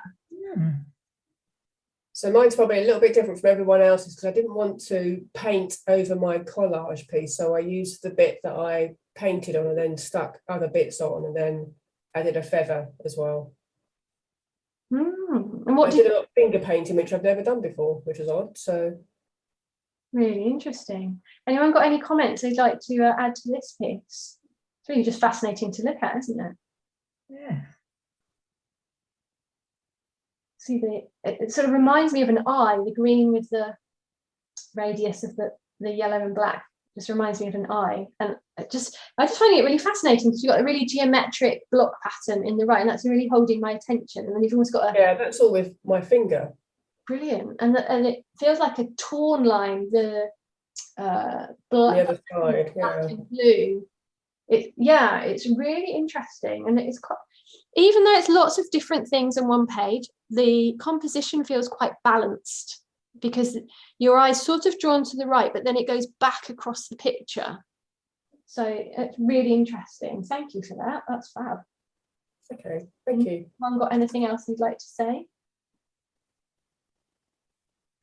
Can I say something? I like the negative space in this piece. I see the blue, little bit black, blue and yellow, but I see the negative space that's kind of create a very interesting shape.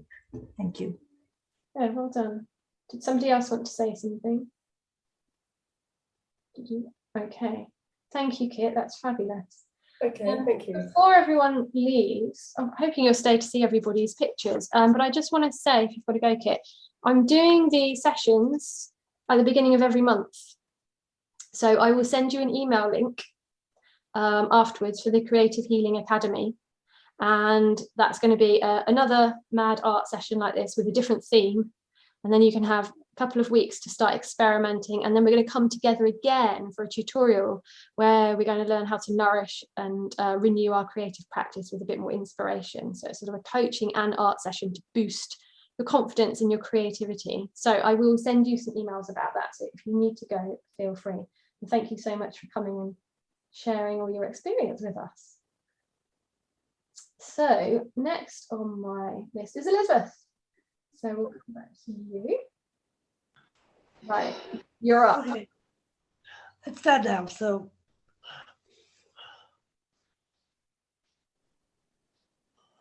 Oh, great. Hold it back a bit and I'll try and get a photo of the whole thing. Sorry. Okay, brilliant. Okay, hold it still.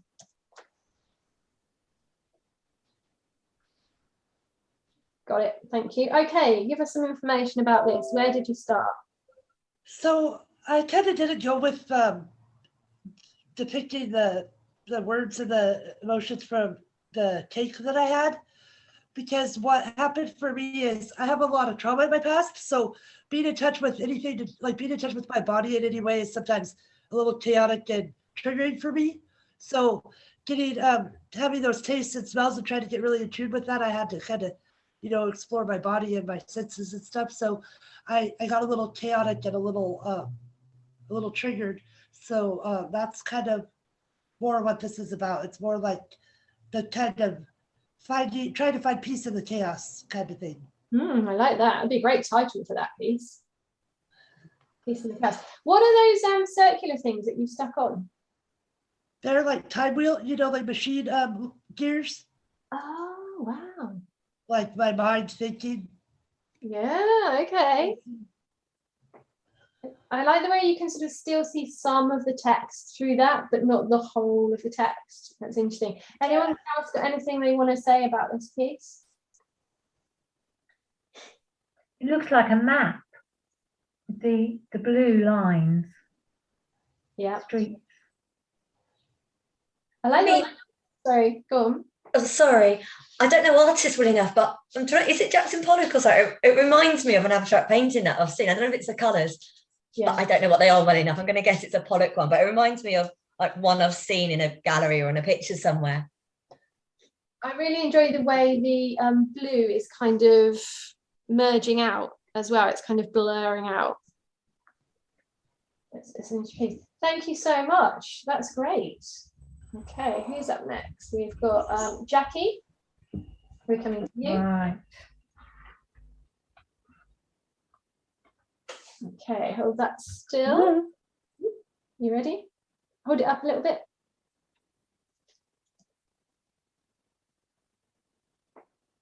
Got it. Thank you. Okay, tell us your story. I was trying to get the shape and the texture, and I found it quite difficult to build up the texture, but I'm beginning to get here with the string. Can you have a close up on that bit? Can you hold it closer to the camera on that bit? Up a bit. Oh, you got a leaf on there as well. Oh, that's really interesting. That's almost an abstract painting in itself. That bottom, I'm pointing at the screen like you can see me, the bottom corner where you've got the sort of scrunched up green and white, sort of ovals and things. That's a fascinating bit of painting. Yes, that's with the string. Ah, yes, like Joshua was having a go with the string. Oh, yeah. I just feel it needs more work overall, really.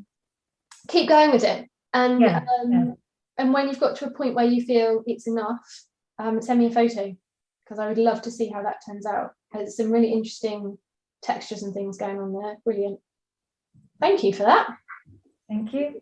Yeah, very interesting. Right, here we got next Elizabeth, Laura.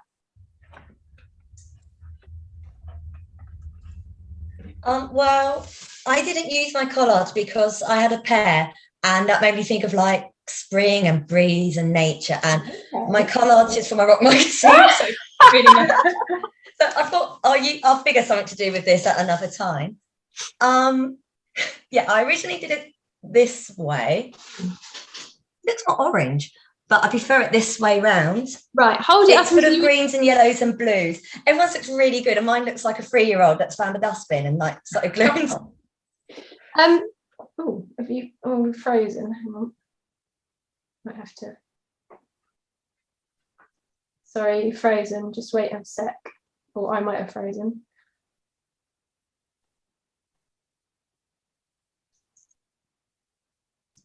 Okay, let's try that again.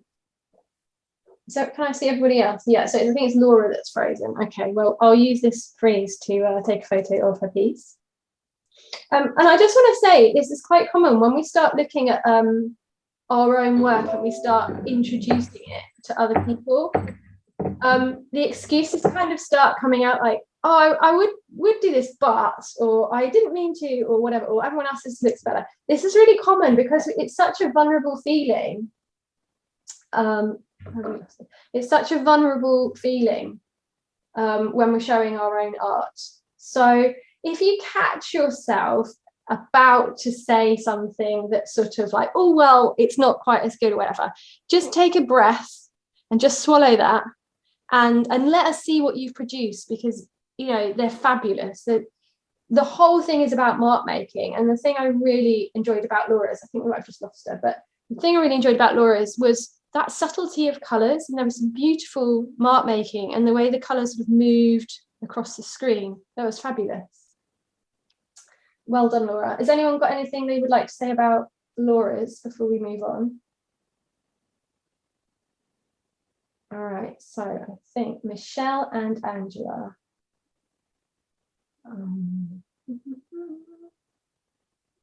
Why can't I ask? Oh, because you haven't got your. Are you able to put your video back on, Michelle and Angela, so we can see what you've done?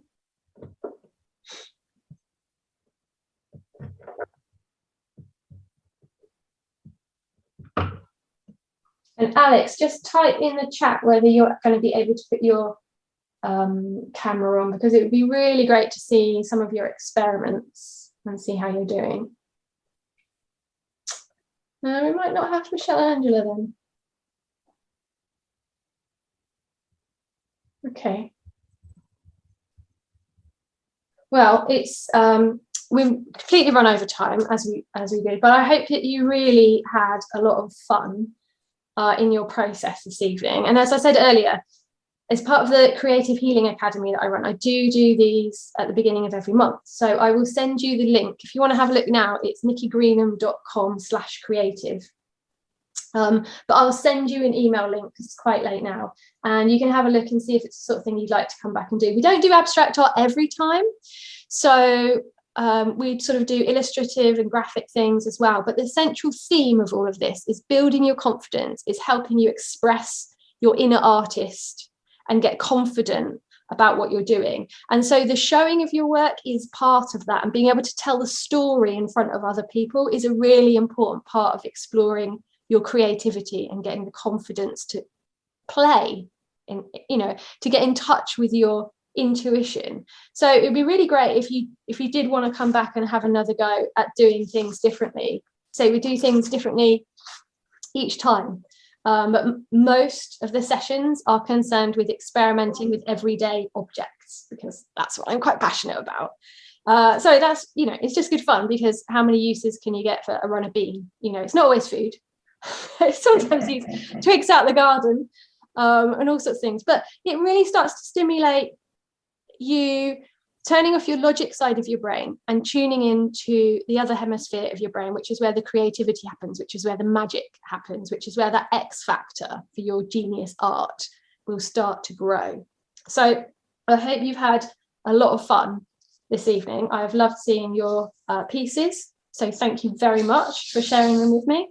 And yeah, if you're still going to work on yours, could you send me a picture afterwards? Reply to my email and send me a proper photo of what you've done, because I would be really fascinated to see it. And make sure you give me a line about something you were trying or some part of your story that goes along with that, so I have a way in. That'd be great.